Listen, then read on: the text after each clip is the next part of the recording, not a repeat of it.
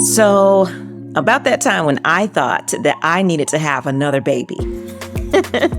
Guys, I know. But just rock with me. So this was toward the end of 2017. And what was happening is I was in a conversation with a friend who I had not seen or heard from in years. And just in the progression of this conversation, we were discussing how different adulthood is looking like versus what we thought it would look like in undergrad.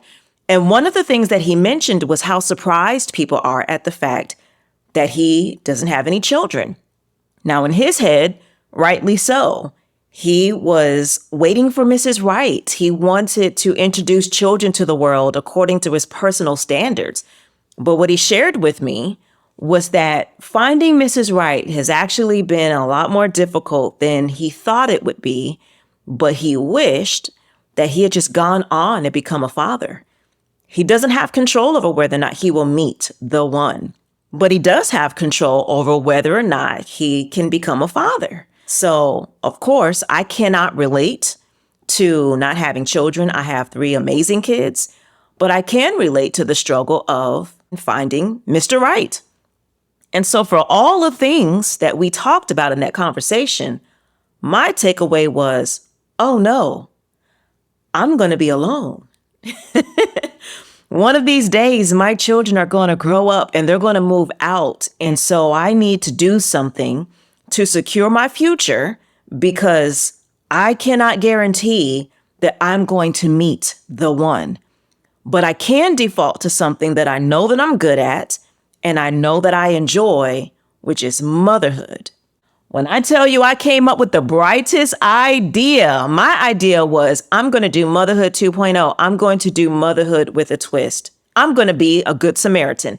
I'm going to gift a child to an individual who has always wanted to be a dad. And we're going to have this incredibly amazing co-parenting relationship where when it's all said and done, I'm not alone and he gets to be a father. That was my bright idea. So now I got to do is just find somebody who wants to be a dad. I know, you guys. So let me just add some context. There were some other things that were actually happening in my life at the time. This was, again, at the end of 2017. So by this time, I have already conferred my master's. I've secured a job as a school counselor. I have secured myself financially. I'm in a home. So everything is just normal. My day to day is just the run of the mill. It's like clockwork. And I found myself surrounded by people who are experiencing new and exciting things, but nothing was happening to me. I was settled. I was safe. And while I was very much living a comfortable life, I needed something new. And from that conversation with my old friend, I realized, here's something new, a baby. I can have a baby and then all will be well because not only am I doing something new and exciting in the present, but I'm securing this fear of loneliness that I have. Like, I'm good. Another thing that's true about me is that I had always fantasized about some of the commercial depictions of pregnancy announcements. So this idea of a Christmas gift that the father unwraps and it's a bib that says Happy Father's Day. And that's how she tells him that they're expecting. Those kind of things are just so sentimental and super romantic to me. And I never actually had that experience. I never got to do something that beautiful.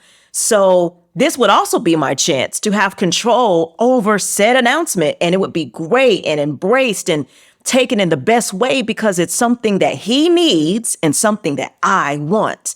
Plus, my daughter has said a number of times that she wanted to have a little sister. So you know what? A win is a win. I am giving everybody what they need while facilitating my own needs. So in my head, I am absolutely the most brilliant mind that I've ever come across because I have solved the world's problems with my decision to be a surrogate.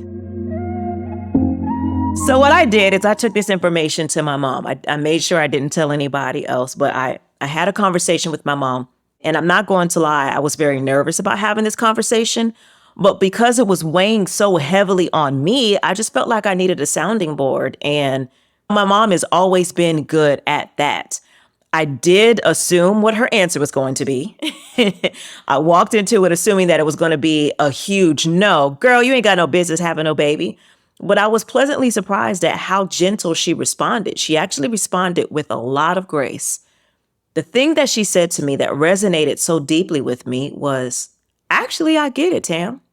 She told me that when I was around 15 years old, she was scheduled for a surgery, and her thoughts were also, I would like to have another baby. She was also at that crossroads of seeing her children, myself and my older brother, growing up, getting to a place to where we're a lot more independent, and she wanted to have another baby.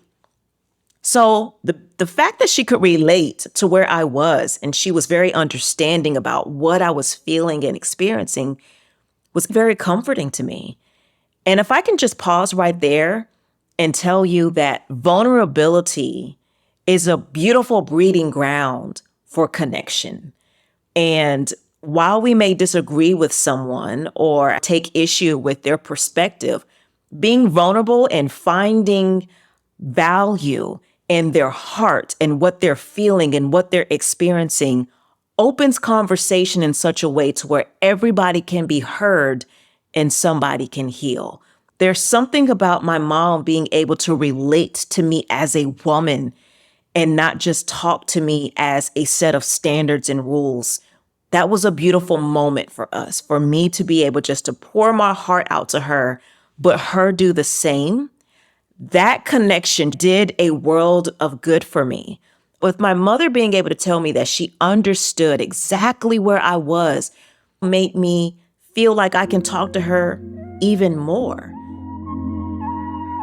Some other things that my mom brought to my attention is this picture perfect blended family situation that I imagined might not actually work out like that. Because, number one, this is not me being a surrogate mother.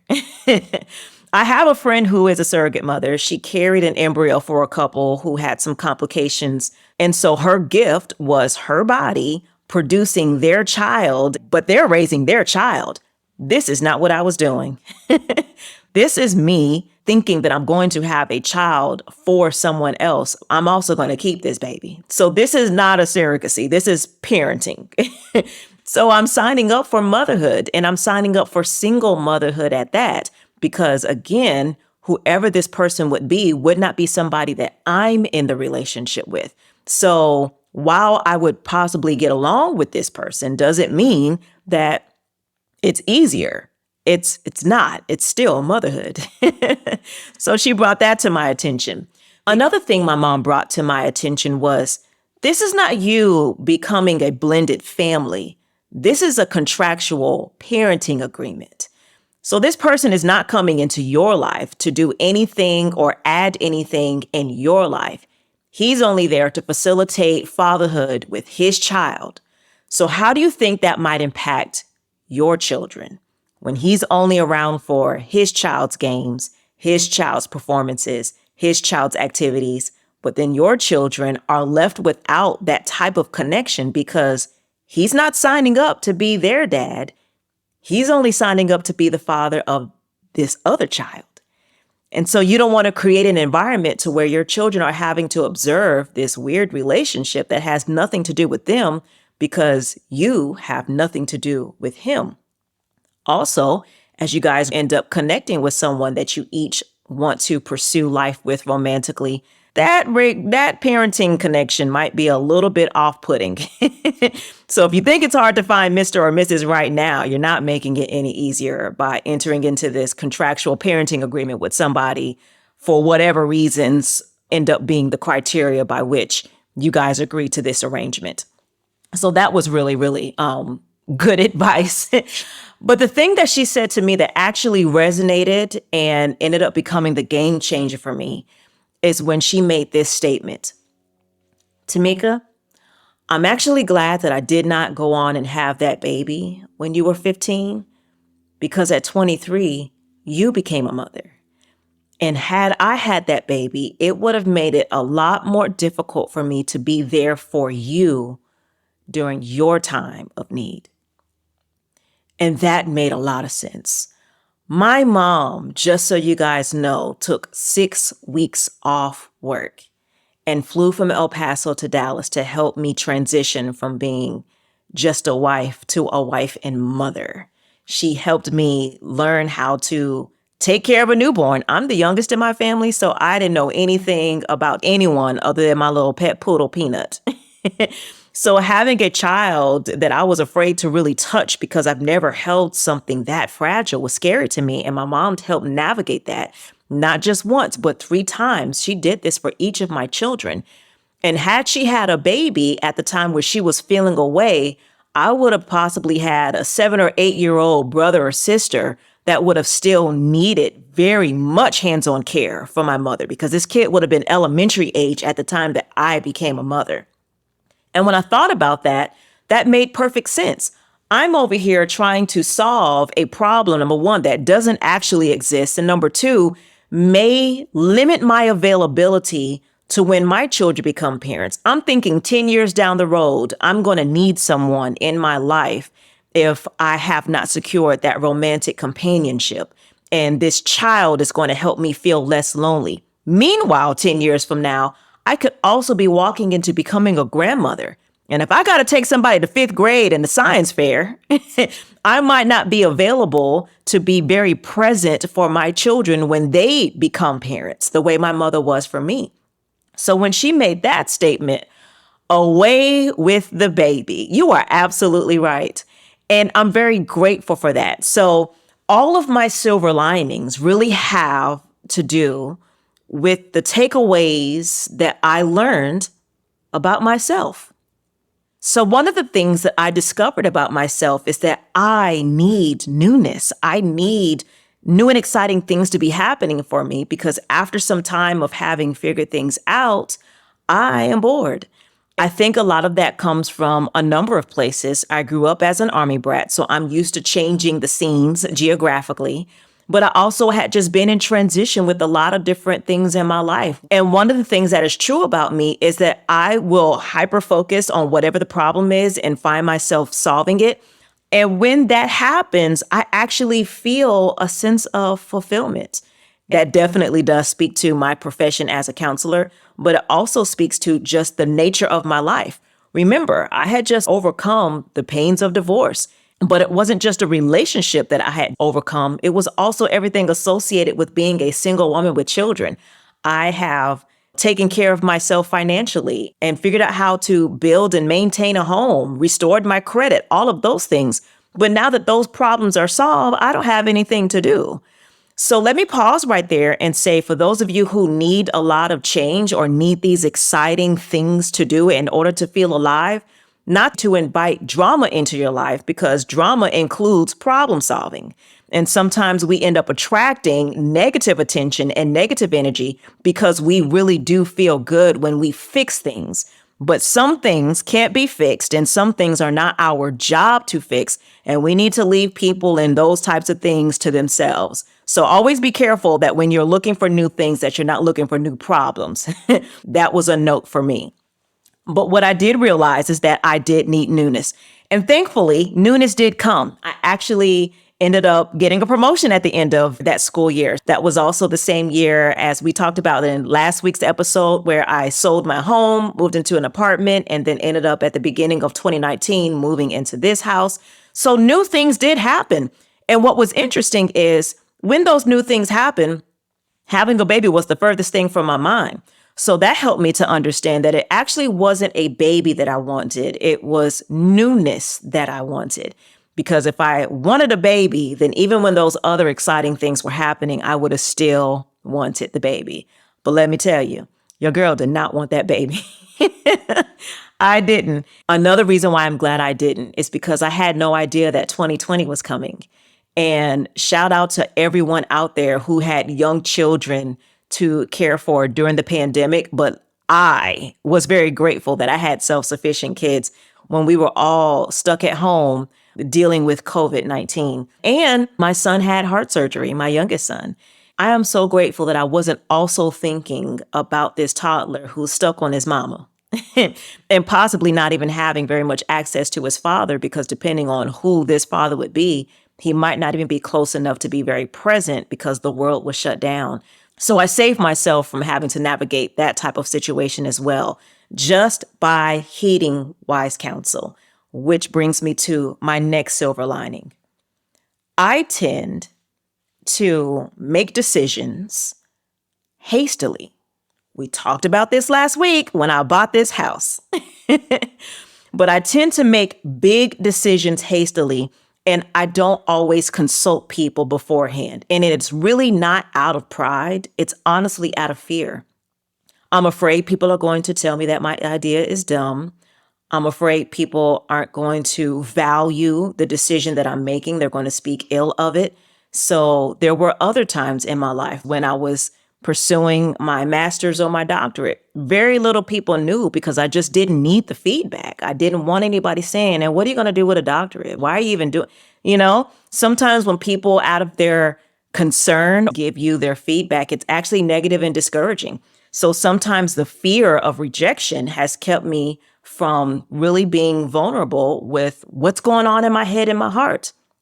But I learned in this situation that I thrive off of wise counsel because I am also shutting myself off from a perspective that I can't derive at on my own. I'm drawing conclusions, but not always the right ones or the best ones. But when I set fear aside and I open myself up to the feedback of people who I know have my best interest in mind, but also are wise, because some people want what's best for you, but they're not really all there. But when those two qualities are met, you can actually get some really good advice from these people, and they can help defeat the faulty logic that you are sitting there with. And I definitely had some faulty logic. I didn't realize that there were some holes in my fantasy of what this blended family would look like. But when I let fear go, I was then able to be vulnerable to somebody else's feedback, and that feedback answered questions that I didn't even know to ask. That consultation was filled with wisdom that served as a safeguard from a decision that I'm really, really glad I took heed to. So that's my other silver lining. I actually do benefit from hearing perspectives that are different from mine. And whether or not I agree with them at the time is not even the thing. It's just the idea of releasing myself of the fear that has me in a chokehold sometimes because I'm fearing something that actually won't happen, which brings me to the next silver lining. I learned that fear is a trigger for me. I've been through some things and I have been hurt in some ways that were not expected. I couldn't have predicted it if I tried. And because of that and the trauma that's associated with that, I find myself living in paranoia that it will happen again.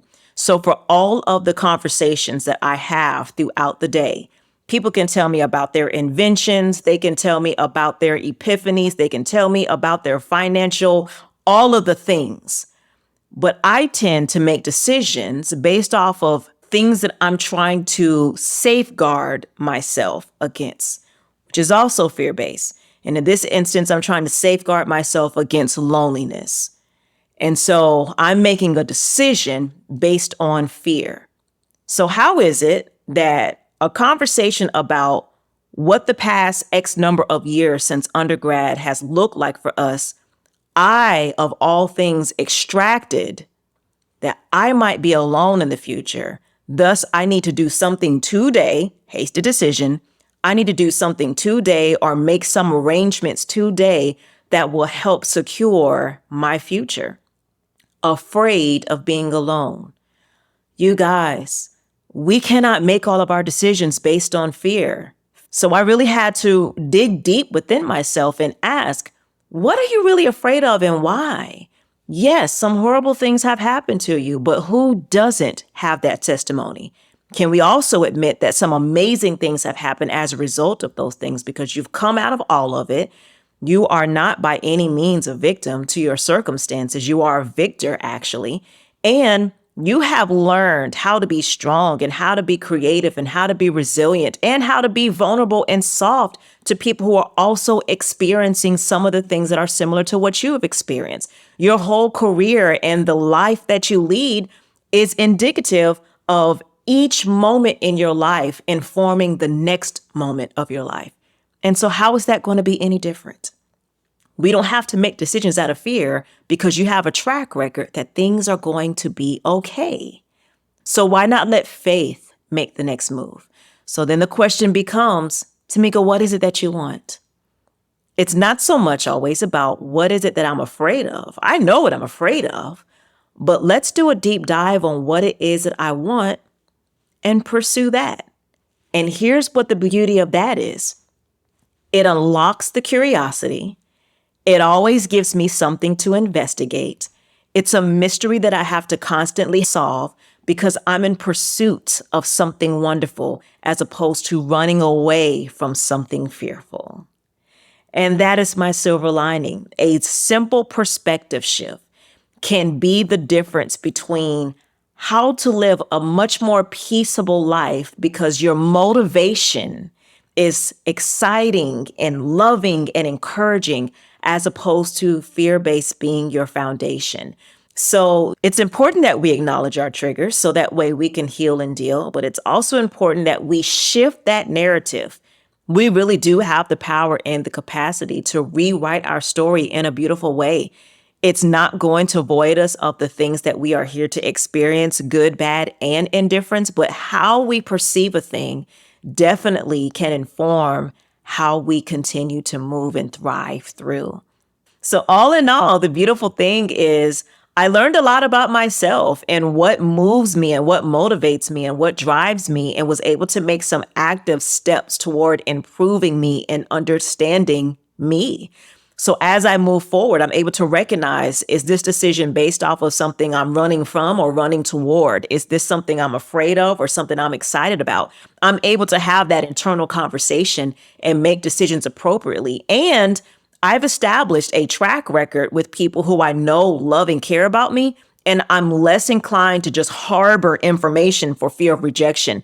Now, while I don't share everything with everyone, I do share things with the people who I love and trust, and it is made for a much easier life for me because I'm not falling on my face having to recover from things that other people could have seen coming well in advance.